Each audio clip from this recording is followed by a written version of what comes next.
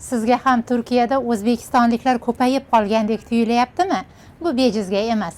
Raqamlar ham shuni ko'rsatayapti.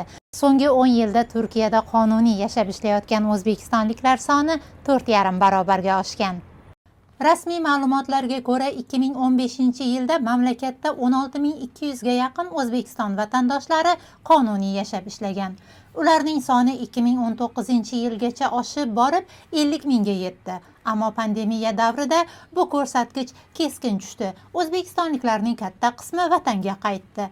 2021-yilda yana Turkiyaga oqim boshlandi va o'zbekistonliklarning soni 70 minggacha chiqdi. Bu pandemiya davridan keyingi qaytish to'lqini edi.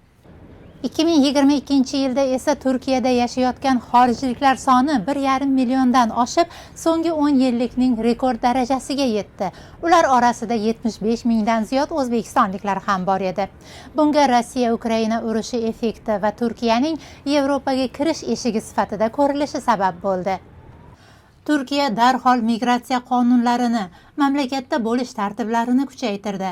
Natijada 1 yil ichida mamlakatdagi chet elliklar soni teng yarmiga kamaydi. Turkiyada qonuniy yashab ishlagan o'zbekistonliklar soni 2024-yildan yana orta boshladi. Yiliga o'rtacha 10 ming kishi hisobiga ko'paydi.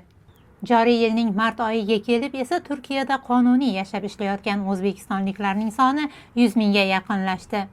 Jumladan 66.055 nafar o'zbekistonlik Turkiyada iqomat izni, ya'ni yashash ruxsatnomasiga ega. 14 ming nafar O'zbekiston vatandoshlari chalishma izni, ya'ni ishga ruxsatnoma asosida ishlashmoqda. Turkiyada talabalik uchun hujjat olganlar soni esa 12 mingga yaqin.